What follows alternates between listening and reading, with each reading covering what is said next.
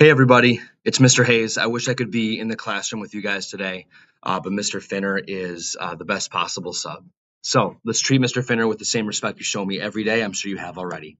Want to explain today what we're working on as far as our recorded LDG planning packet. This packet is going to be key because preparation leads to confidence, leads to success. You've heard me say that many times in the past. This packet is going to help you guys get ready for that recorded LDG on Thursday or Friday. I'd like to go over some of the directions with you guys. Hopefully you have this in front of you, and you can follow along with me as I run through this in the video here. So first, with your LDG group, you're going to select at least 3 of the 4 provided questions in order to best prepare for your LDG. Everyone in your group should respond to the same questions.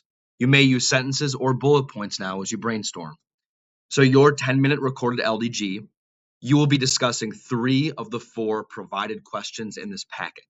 There is a 5th question. We'll get to that later. 3 of the first 4, you and your group should come together and decide which ones you're all going to discuss. Come to an agreement on the 3, so you're all planning answers to the same questions. When you work on this packet, you can write out sentences if you'd like to have a script, or you can go bullet point outline and then talk in complete sentences, obviously, during your discussion if you want to save yourself a little bit of time, whatever you think is best. So of the 3 questions, of the 4 questions, I should say, you're going to pick 3 of them. Question number 1 talks about how the hero surmounted, vocab, their arch enemy or shadow. And there's some guiding questions to consider. What skills, techniques, abilities helped them, secondary characters advised them or guided them, what wisdom or advice they used, and also weaknesses and insecurities they overcame. That's option 1. Option 2 is all about dystopian characteristics and how your hero overcame the obstacles presented in their dystopia. So you may want to go back to your dystopian characteristics bullet point list from a handout and a reader response about a week ago. It asks you about what dystopian elements are present in the final 100 pages of the book and how did the hero and helpful allies help alter that dystopia. Question 3 is all motif to theme. So you might have some ideas from Monday's lesson. You're going to talk about a universal theme that you see in the book that also applies to all of humanity. And question 4 is a new one. We decided to try it out this year. How would your book change if it came from a different first-person voice? So what if Thomas was the person writing in the first-person voice in Legend? What if Cassius was describing the events in Red Rising? What if it was 4 who was writing from his perspective in Divergent, etc. So picking a different character and just thinking about how the story, the plot, the conflicts, how things might be described differently based on the perspective of a different character than your hero.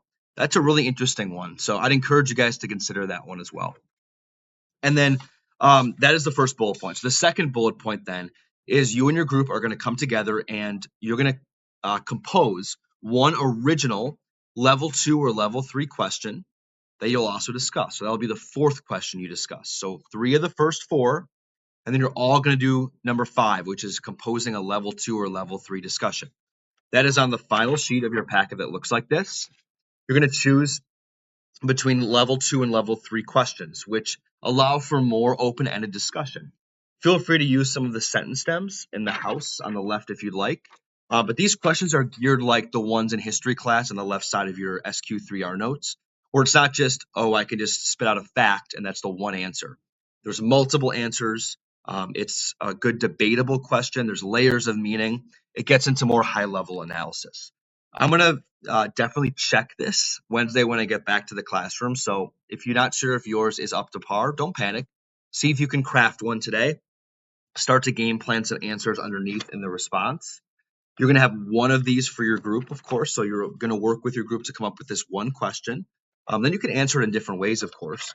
But I will check this on Wednesday, okay? But I just wanted you guys thinking about not only creating answers to questions, but your own questions as well.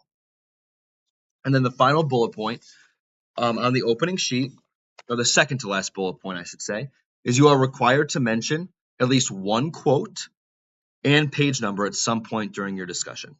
So it's not just about writing it on the sheet. You actually have to verbalize it on your 10-minute recording. You use a tag. So on page 183, I noticed Thomas said this for Maze Runner. You must recite one quote during your discussion. And then finally, just keep in mind this is a conversation. This is a discussion. It should be free-flowing. You don't have to stick to the script. If I hear Tino or Jack say something really insightful about Legend, and if something pops in my mind that I want to stack their idea, or I want to bring it up with my reader responses in front of me, or just something that comes into my brain during the discussion, say it. It should be free flowing. It shouldn't just sound overly scripted. So, while part of it should be planned and prepared, please feel free to chime in whenever you see fit during your recording. And if you go beyond 10 minutes, that's fantastic. You must speak 4 times in your recorded discussion on Thursday or Friday to be eligible for a 12. Keep that in mind as well. 4 times to be eligible for a 12. You guys are the best. I appreciate you. Hopefully this video worked and everything is crystal clear. I am over at the high school today, so if you have a question, I will be on my computer. If you want to shoot me an email, that's totally cool. Thanks, everybody.